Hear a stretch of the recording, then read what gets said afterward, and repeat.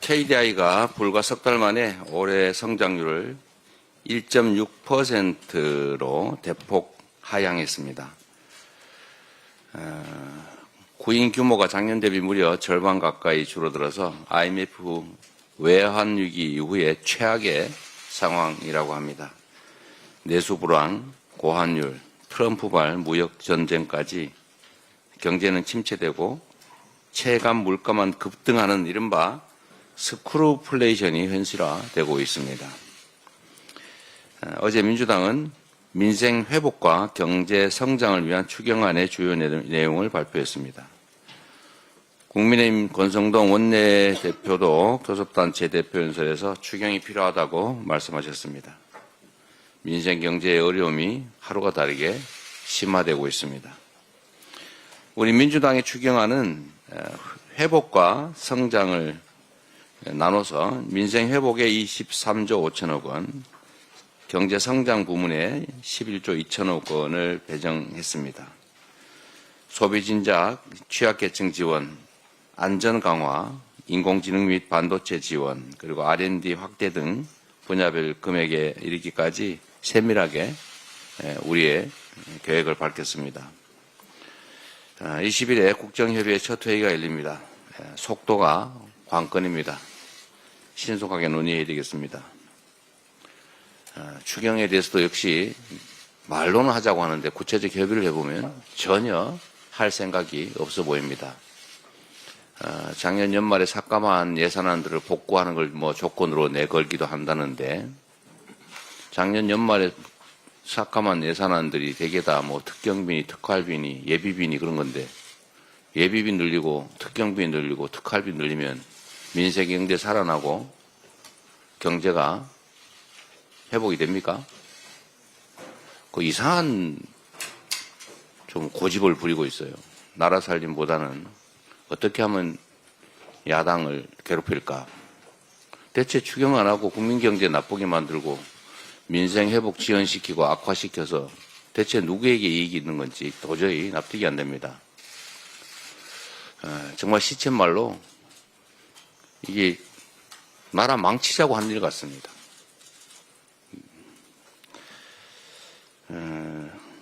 오늘 하늘이 밝은 날이라고 합니다. 거듭 명복을 빕니다. 유가족들께서 다시는 이런 일이 없도록 해달라고 호소하셨습니다. 우리 민주당은 한일입법 제정을 포함해서 다시는 이런 일이 발생하지 않도록 제도적 보완책을 최대한 마련해 보겠습니다. 그리고 이 입법 과정에서도 일부가 우려하는 것처럼 혹이라도 선량한 교직원들이 억울하게 피해를 입는 일이 없도록 섬세하게 배려해야 되겠습니다. 아이들을 위해서 보다 안전한 환경을 만드는 것이 고통을 겪는 유가족들 그리고 학교에 아이들을 보내는 우리 부모님들의 걱정을 덜어드리는 길이다. 또 위로하는 길이다. 이렇게 생각합니다. 그리고 또 내일은 항공참사 49제 합동위령제가 무안공항에서 또 광주에서 열린다고 합니다. 모쪼록 모두가 한마음으로 가족을 잃은 분들을 거듭 위로하고 다시는 이런 일이 발생하지 않도록 경각심을 가져야 되겠습니다. 우리 민주당도 특별법 제정을 비롯해서 약속한 대로 예방대책을 빈틈없이 마련해 가겠습니다. 사람이 살아가면서 모든 재난을 완벽하게 막을 수는 없지만 최소한의 인재는 예방할 수 있는 시스템을 갖춰 나가야 되겠습니다. 제가 준비되진 않았는데 한 말씀만 좀 추가로 드리도록 하겠습니다.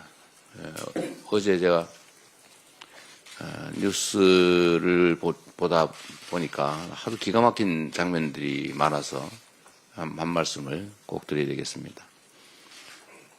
지금 내란 사건 수사 과정에서 어디 메모를 보니까 노상원 전직 사령관, 전 사령관 메모에서 나온 것 같습니다.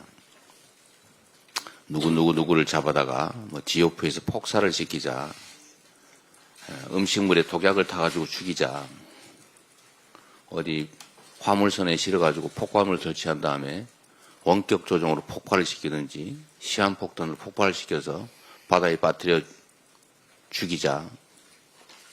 뭐 이런 황당무계한 정말 끔찍하고 잔인한 계획을 세웠던 게 드러나고 있습니다. 그 대상자들도 광범위합니다. 그 차범근 감독이 왜 들어갑니까? 그 이상하게 이재명 영장 기각한 판사 이름이 없다 싶었더니 역시 꼼꼼하게 들어있었습니다. 무슨 연예인, 도대체 상상할 수도 없는 뭐 신부, 종교인, 목사님 다 잡아 죽이려고 했던 거 아닙니까? 반대하는 사람, 불편한 사람을 전부 죽여버리려고 했던 거 아닙니까? 이게 대체 상상이 날 수 있는 일입니까? 그리고 더 기가 막힌 일은 우리가 옛날 교과서에서나 봤던 삼선 개헌을 시도했다는 거 아닙니까? 현 대통령 윤석열 임기 5년이 너무 짧아서 3번 연임을 하시고 그것도 부족해서 후계자를 정하자는 그런 메모까지 있다고 합니다. 이 독재 왕국을 만들려고 한 거죠. 왕이 계승하는 나라를 비난할 게 뭐가 있습니까? 똑같지 않습니까? 삼선 개헌의 후계자 지정하면 그 후계자 누구겠습니까? 저는 퍼뜩 떠오르는 사람이 있는데 차마 제 입으로 말씀을 못 드리겠습니다. 국민 여러분도 떠오르는 사람이 있지 않습니까?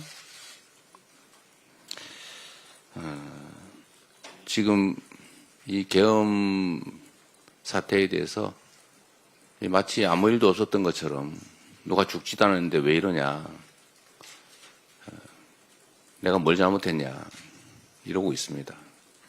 뭐 범죄자 자신이야 그럴 수 있다고 치고 일국의 집권당이라고 하는 국민의힘 태도가 기가 막힐 뿐입니다.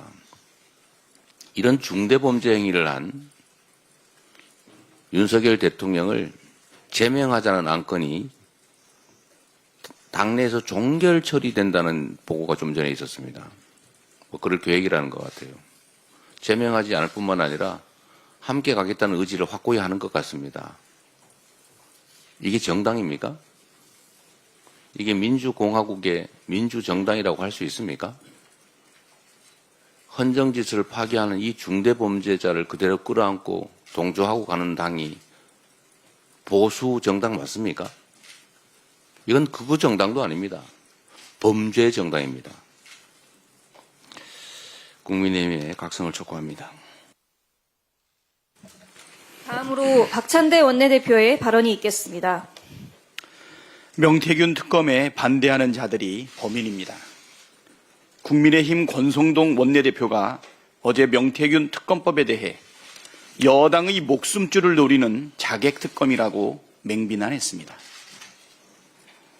불과 일주일 전에는 추진하려면 추진해보라 그러더니 그 사이 무슨 일이 있었길래 마음이 바뀌었는지 궁금합니다. 명태균 특검법은 12.3 비상계엄 선포의 직접적 원인인 명태균 게이트를 수사하자는 법안입니다. 3일 전 교섭단체 대표연설에서 12.3 비상계엄으로 국가적 위기 상황이라며 사과를 해놓고 명태균 게이트 진상을 밝히자는 특검을 반대하는 것은 무슨 경우입니까?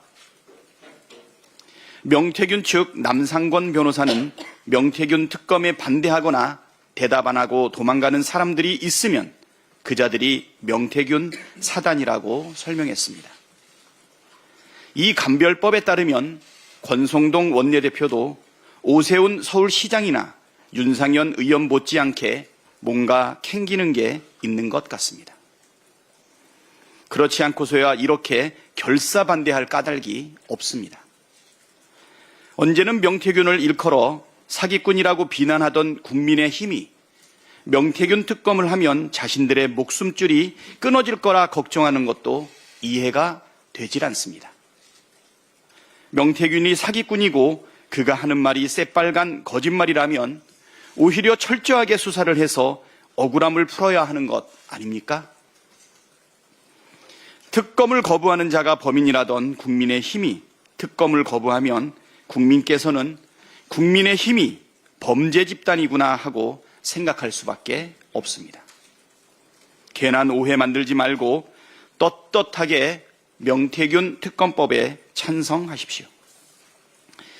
12.3 비상계엄에 김건희의 그림자가 어른거리고 있습니다. 어제 헌법재판소 탄핵심판 변론에 참석한 조태용 국정원장은 계엄 전날 김건희와 문자를 주고받은 사실을 인정했습니다. 조태용 원장은 2일 김건희로부터 문자 2통을 받고 다음 날 답장했다며 그 내용에 대해서는 기억이 잘 나지 않는다고 했습니다. 평소 문자를 주고받는 일이 자주 있는 일은 아니라면서도 민감한 시기에 주고받은 문자 내용을 기억하지 못한다는 답변이 회개합니다. 계엄 당일 계엄 메모를 기억하지 못한다는 최 대행의 답변과도 비슷하지 않습니까? 아무리 좋게 해석을 하려고 해도 민간인인 김건희가 국정원장과 문자를 주고받아야 할 이유를 찾지 못하겠습니다. 그것도 왜 하필 비상계엄 선포 전날 문자를 2통이나 보냈는지 그 내용은 무엇인지 투명하게 밝혀내야 합니다. 민간인인 김건희가 경호처 비화폰을 지급받았다는 의혹도 제기된 걸 보면 김건희가 계엄 논의와 실행에 개입한 것이 아닌지 강한 의심이 듭니다. 명태균 게이트를 막으려고 장림무사 윤석열이 비상계엄을 선포한 것이라면 분명 주술자, 주술사 김건희가 개입되어 있지 않겠습니까? 내란의 전모를 온전하게 밝히기 위해서라도 철저한 수사를 촉구합니다. 본격적인 추경 논의로 민생 회복에 숨통을 틔워야 합니다. 어제 민주당이 35조 원 규모의 추경안 내용을 공개했습니다.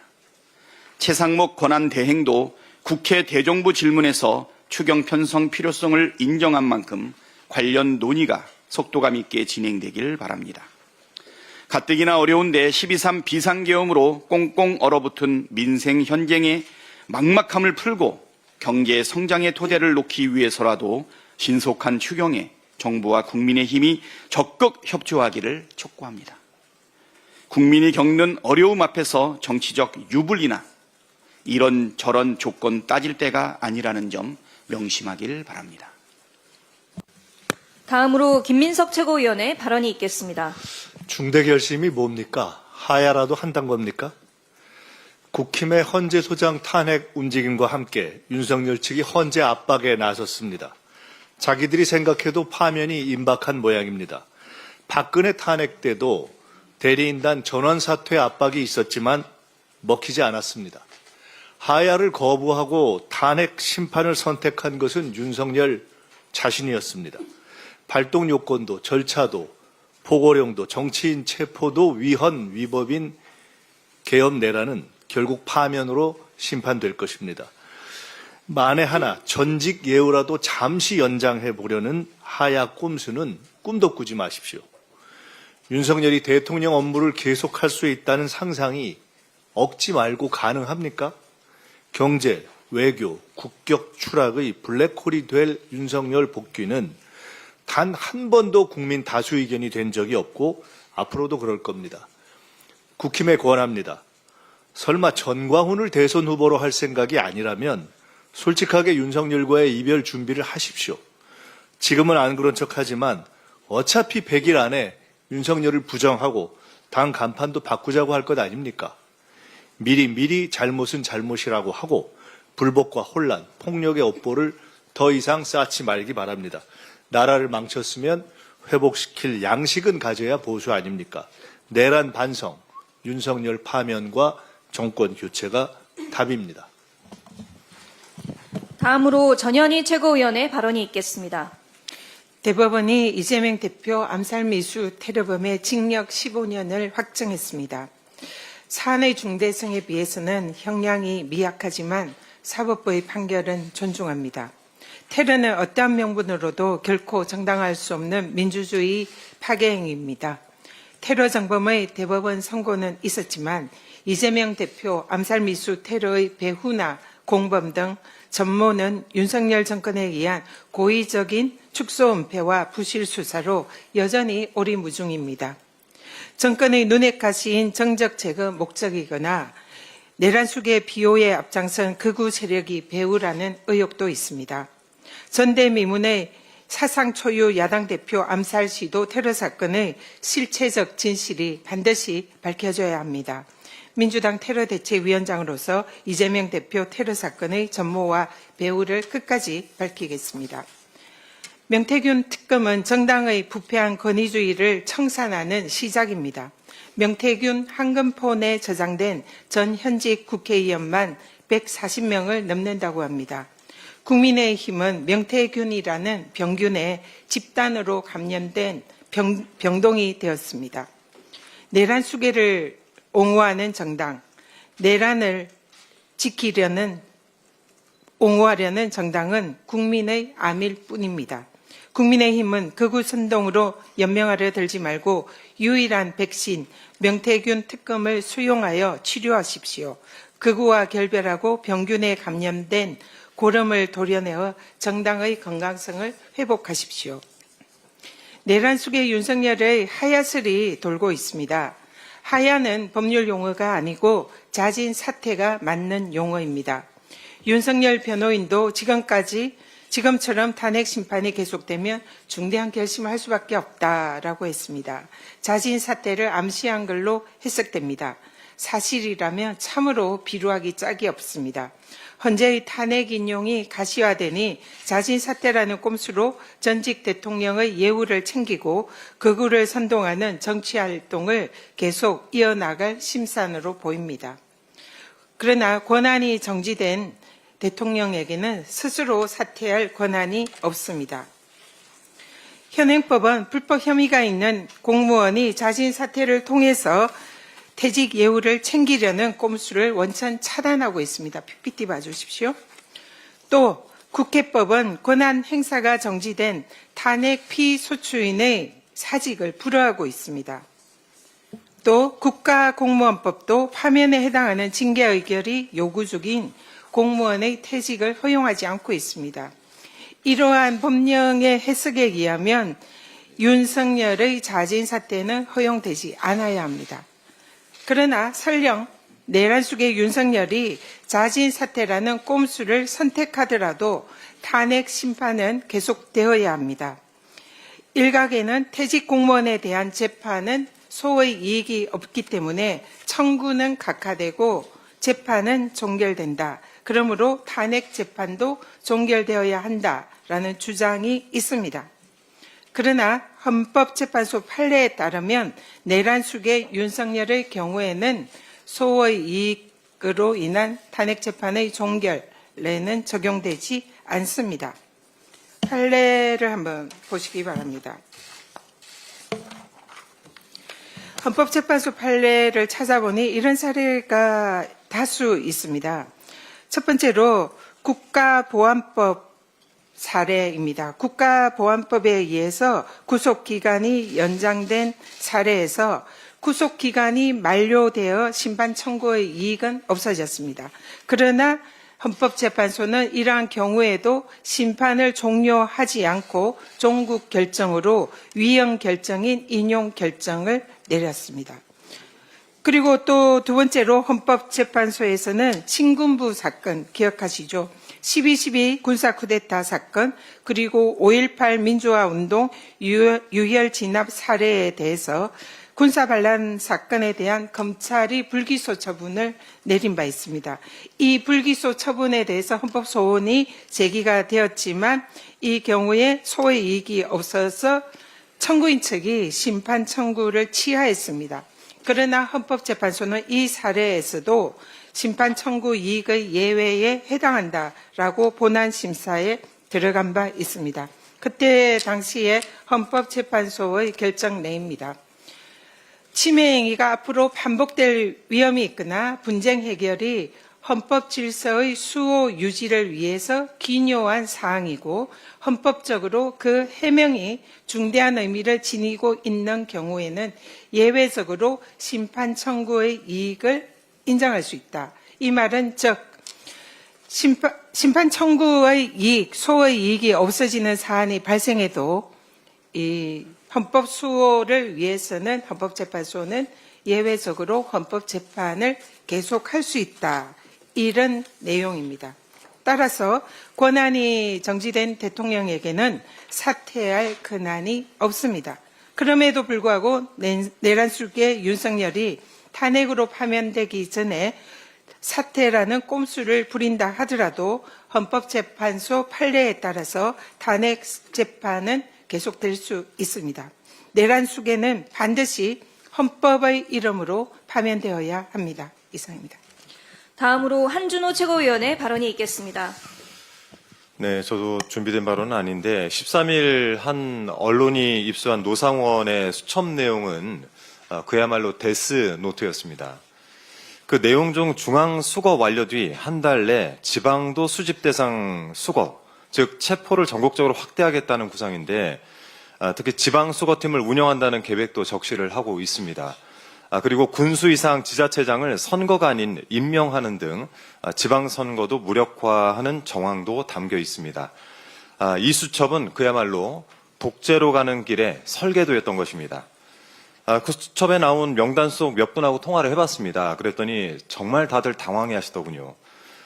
이와 관련해서 수사당국은 수사의 속도를 좀 내고 관련자들을 단호하게 처벌을 해야 되겠습니다. 윤석열은 어렵게 이룬 민주주의를 한 번에 말아먹으려고 했습니다. 상황이 이런데도 국민의힘은 전혀 반성도 없습니다. 정신들 차리십시오. 오랜만에 원희룡 전 장관이 등장해서 짧게 한 말씀 드리겠습니다. 어제 더불어민주당은 명태균 씨 녹취를 추가로 공개했습니다. 명 씨가 지난 2022년 3월 13일 지인과 대화를 한 것을 녹음한 것인데요. 이때 명 씨는 원희룡 전 장관이 윤석열 대통령 인수위에 들어가게 된 상황을 언급하고 있습니다. 2021년 11월경 윤석열 후보 선대위를 꾸릴 때 명 씨가 원 전 장관을 중책에 앉히라라고 했었고 안상수 전 창원시장도 원 전 장관 부탁을 여러 번 했다면서 명 씨는 원희룡이는 고맙다고 해야 한다라고 말을 합니다. 그랬더니 원희룡 전 장관이 바로 입장을 냈습니다. 원희룡이 두렵긴 두려운가 봅니다. 라면서 택도 없는 기획공작이다라고 주장을 합니다. 그런데 중요한 해명은 빠져 있습니다. 지난 대선 당시 원 전 장관은 명 씨를 알고 있었냐라고 하는 그 핵심을 피해가는 것입니다.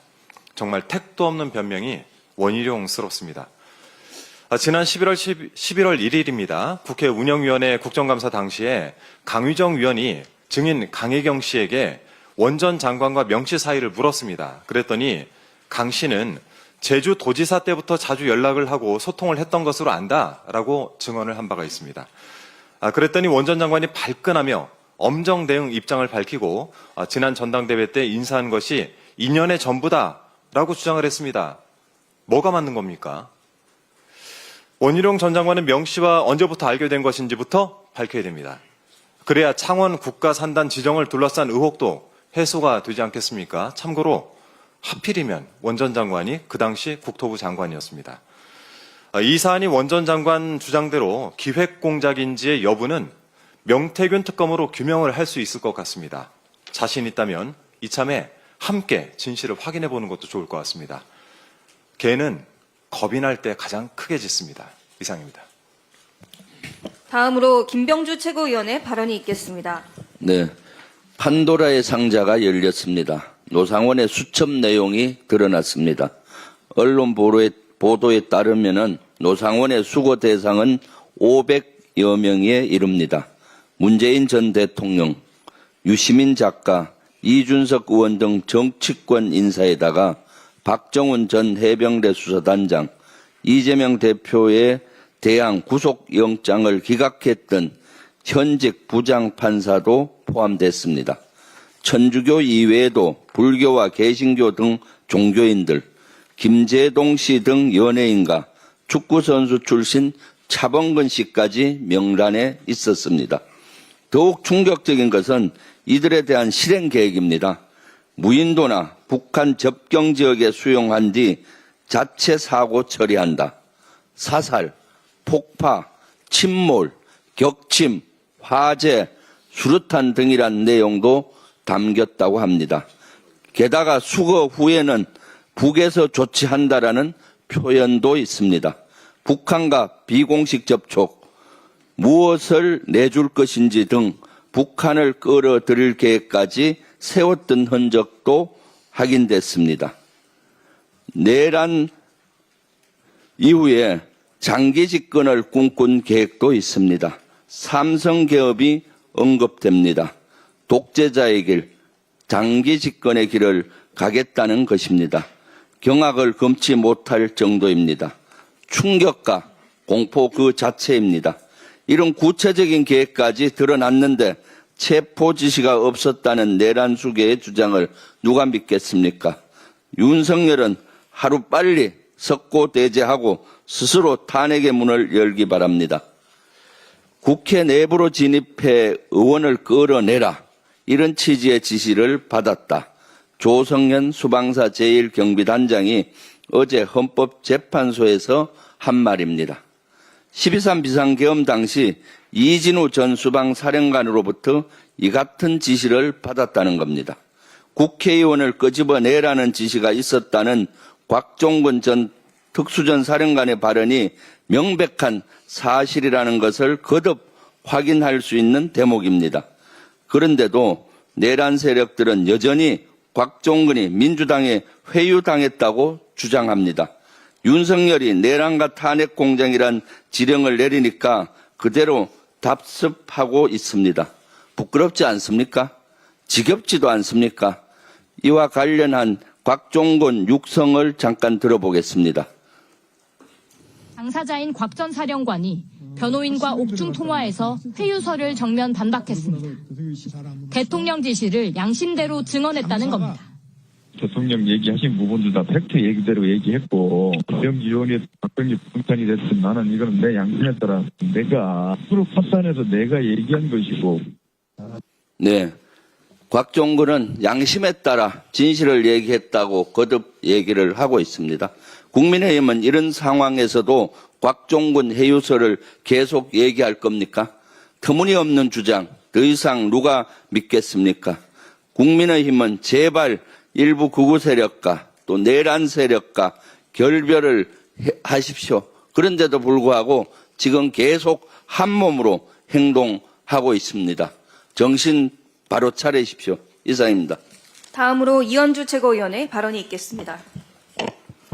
네, 일본이 대미 무역 흑자가 우리나라보다 좀 더 많습니다. 그리고 수입 에너지에 의존하고 있고 주력 산업 구조도 한국하고 비슷하고요. 미군이 주둔하고 있다는 점에서도 유사합니다. 이런 일본의 통상협상 사례가 우리에게 참고가 될 것이라고 생각합니다. 최근 일본의 이시바 총리는 일본의 대미 직접 투자액을 1조 달러까지 확대하고 트럼프 대통령이 각별한 관심을 보이는 알래스카의 석유 천연가스 개발 프로젝트에 합작 의향을 보이는 선물 패키지로 트럼프의 환심을 사고 별도의 무역 압박을 피해가고 있습니다. 안보 측면에서도 100% 억지력을 보장받고 방위비 인상 압박을 일단 모면하는 안보상의 성과를 거두고 있는 상황입니다. 우리나라도 이를 교재 삼아서 몇 가지 협상 카드를 생각해 볼 수 있다고 생각합니다. 첫째, 석유와 천연가스 수입을 확대하거나 이 수입선을 변경하는 것을 생각해 볼 수 있을 거라고 생각합니다. 이런 점에서 최근에 대왕고래 프로젝트는 정말로 잘못된 국정 판단이고 여기서 또다시 계속해서 이슈출을 계속하겠다라는 것을 설사 석유가 나와도 지금은 시점이 맞지 않는데도 불구하고 나오지도 않았는데 계속 고집을 피우는 것은 굉장히 현명하지 못한 처사입니다. 에너지 수입을 통상 레버리지로 활용해야 할 판에 산유국 드림을 부추기면서 혈세 낭비를 해서는 안 될 것입니다. 두 번째, 방위비 압박과 관련해서도 주한미군을 평택으로 옮기면서 주한미군의 전략적 가치가 단순한 대북 억제를 넘어서 인도, 아시아, 태평양 지역 전체에서 발생할 수 있는 군사적 긴장이나 위기 상황에 신속 대응할 수 있는 기반을 제공하고 중국의 패권을 견제하는 역할이 분명히 있습니다. 이에 대해서 이것이 단순한 한국을 위한 것이라기보다는 양국의 공동이익에 부합한다라고 생각합니다. 또한 트럼프가 강조한 바 있는 조선 산업에서의 긴밀한 협력 제안도 가능할 것입니다. 이것이 한미 간의 조선업 동맹으로 연결될 것이라고 예상합니다. 또 네 번째, 한국이 대미 무역 흑자국이라고는 하지만 이것이 대미 흑자 중 대부분이 미국 현지 투자로 인한 생산 설비와 장비 등 중간재 수출로 인한 것이고, 또 한국이 중국과 일본을 제치고 미국 내 고용 창출 국가 1위로 올라섰습니다. 2023년 기준으로요. 그리고 반도체, 전기 자동차, 배터리 등 전략 산업은 철강, 조선 등 주력 산업과 함께 중국의 글로벌 시장 독점을 견제하는 중요한 전략적 가치가 있습니다. 한국이 타격받을 경우 중국의 글로벌 산업 독점을 가속화해서 이것이 미국이 원하는 일이 아닐 거라고 생각을 합니다. 마지막으로 최근에 웨스팅하우스하고 한수원이 지적재산권 분쟁을 끝내고 공동으로 세계시장에 협력하기로 한 것도 역시 윈윈할 수 있는 것입니다. 최근에 트럼프 정부에서는 한국도 미국을 이용해왔다 이런 식으로 얘기를 하는데, 한미 간에 누가 누구를 이용한다 이런 것보다는 상호 이용하는 윈윈 관계에 있다고 생각합니다. 이재명 대표께서 얼마 전 교섭단체 대표 연설에서 말씀하셨지만, 트럼프의 통상 압력은 우리 민간기업과 정부 당국, 정치권이 합심해서 중국과의 치열한 경쟁에서 유리한 위치를 차지하는 기회를 삼고, 산업정책 부활을 통해서 대기업뿐만 아니라 소부장 등 해당 전략산업의 생태계를 함께 갖출 수 있도록 대응해야 할 것이라고 생각합니다. 노상원 수첩에 대해서 많은 분들이 말씀을 하시는데, 여기서 후계자 지명 얘기가 나옵니다. 이 후계자는 한간에는 도대체 누구냐라는 얘기들이 있는데, 한간에 김건희 여사라는 소문도 무성합니다. 어쨌거나 정말 어이없는 세력들입니다. 이 세력들이 얼마나 잔인한가. HID 과거 일부 임무를 마친 HID 요원들에 대해서 조끼를 입혀 폭살시키자 이런 지시까지 있었다고 합니다. 저는 이것이 내란 세력의 비문명적이고 악마적인 잔인함을 보여주는 그런 치를 떨는 일이라고 생각합니다. 절대로 이런 세력들이 그대로 준동하도록 방치해서는 안 된다고 생각합니다. 한 말씀만 더 드리겠습니다. 문영배 헌법재판소장 대행 흔들기가 도를 넘고 있습니다. 음란물 커뮤니티에서 활동했다는 가짜 뉴스까지 퍼뜨리고 있는데, 이것은 거기서 얘기하는 댓글 얘기는 합성 조작한 내용으로 명백한 허위 사실입니다. 게다가 정작 문 대행은 2012년 이후 해당 카페에 글을 올린 적도 없습니다. 이런 가짜 뉴스가 버젓이 유포되고 있는데, 박성훈, 윤희숙을 비롯한 국힘의 전현직 의원들, 특히 윤희숙 의원은 여의도 연구원장 아닙니까? 그런데 이런 중요한 당직자들이 사실 확인도 하지 않고 오히려 허위 사실을 재확산하고 부풀리고, 심지어 판사 출신인 김기현, 나경원 의원까지 이에 편승해서 문 대행의 사퇴를 촉구하고 나섰습니다. 이는 매우 고의적이고 악질적인 행위입니다. 행위 자체로도 상당한 수준의 명예훼손과 허위사실 유포에 해당됩니다만, 그 폐해는 단순히 문 대행 개인에 대한 모욕이 아니라고 생각합니다. 이것은 헌법기관의 기능을 망가뜨리는 의도로서, 특히 지금 헌재가 헌정질서 문란 행위에 대해서 탄핵 재판을 벌이고 있는 중입니다. 그런데 이것을 흔든다는 것은 이 자체가 헌정 파괴 행위로 봐야 한다고 생각하고 엄벌에 처해야 합니다. 법치주의의 근간을 파괴하면서까지 극우 지지층에 편승하려는 국힘의 전현직 의원들의 행위는 이런 단순히 경솔한 차원의 문제가 아니라 저질스러운, 그래서 헌법기관으로서 혹은 앞으로 출마할 자격조차 없는 일이라고 생각합니다. 이런 식으로 진영을 떠나서 허위 날조로 사법부를 흔드는 행위를 용납한다면 앞으로 대한민국은 법과 질서도 없는 무법국가로 전락하지 않겠습니까? 절대로 그냥 묵과해서는 안 된다고 생각하고 철저한 수사와 사법부의 엄벌이 필요하다 이렇게 생각합니다. 이상입니다. 다음으로 송순호 최고위원의 발언이 있겠습니다. 금방 들통날 거짓말을 순간의 위기 모면을 위해 일단 내뱉고 보는 게 습성인 자가 대통령이었다니 한숨과 탄식이 절로 나옵니다.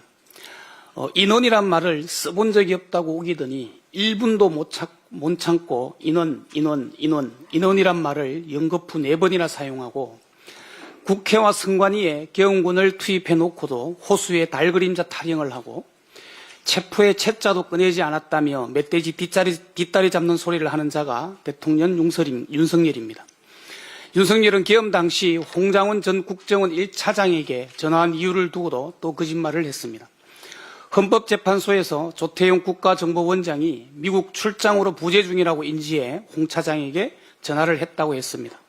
그런데 사실은 윤 대통령이 비상계엄 직전에 조태용 원장과 통화를 했고 당시 조 원장은 내일 미국에 간다고 답했습니다. 따라서 미국 출장으로 조 원장이 부재 중이었기 때문에 홍 전 차장에게 대신 전화했고 격려차 전화했다는 윤석열의 증언은 새빨간 거짓말입니다. 뿐만 아니라 조 원장은 윤 대통령과 통화한 10여 분 뒤 강의구 대통령 비서실 부속 실장으로부터 대통령실로 들어오라는 전화까지 받은 것으로 확인됐습니다.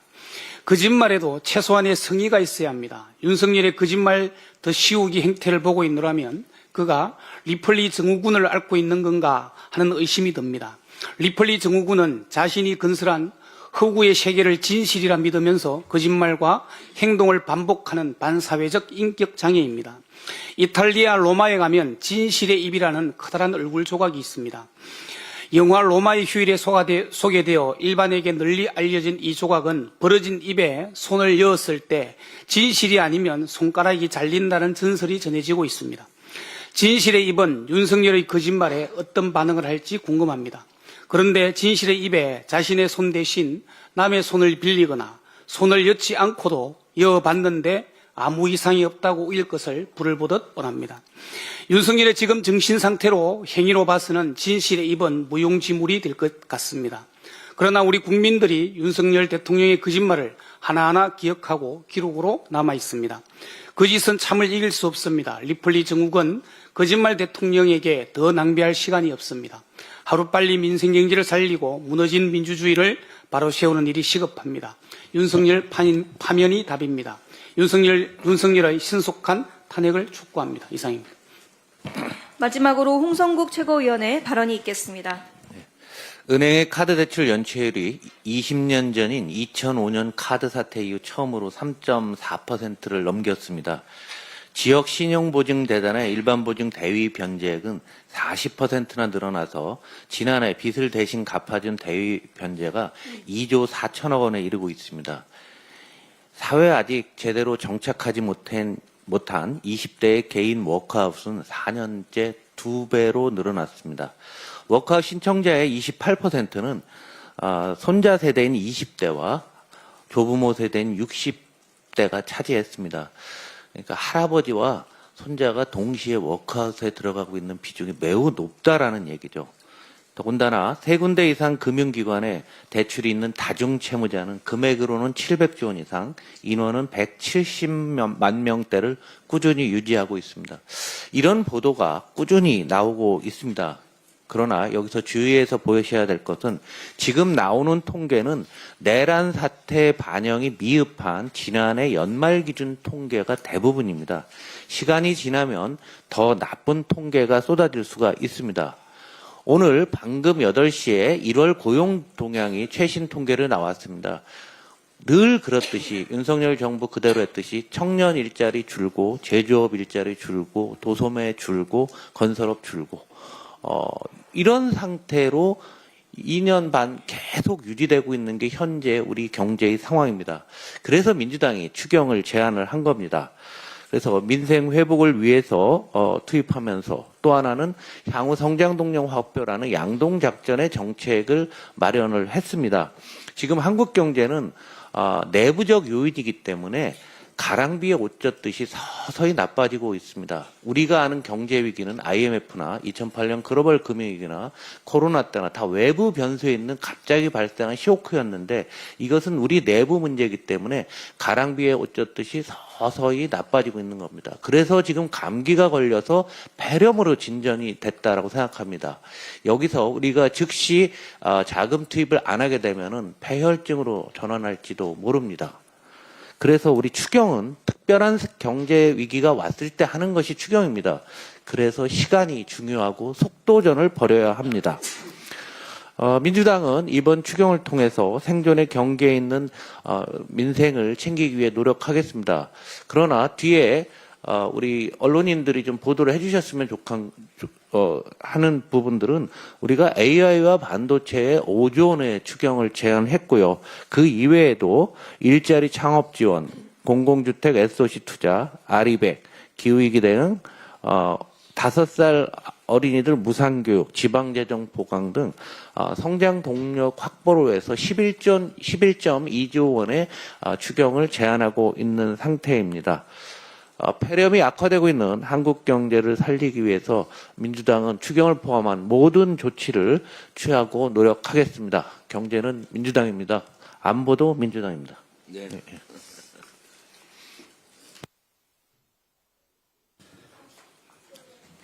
이상 발언을 모두 마치고 당대표 질문에 원내대표님께서 회의를 폐회하시겠습니다. 예, 아직 아니죠.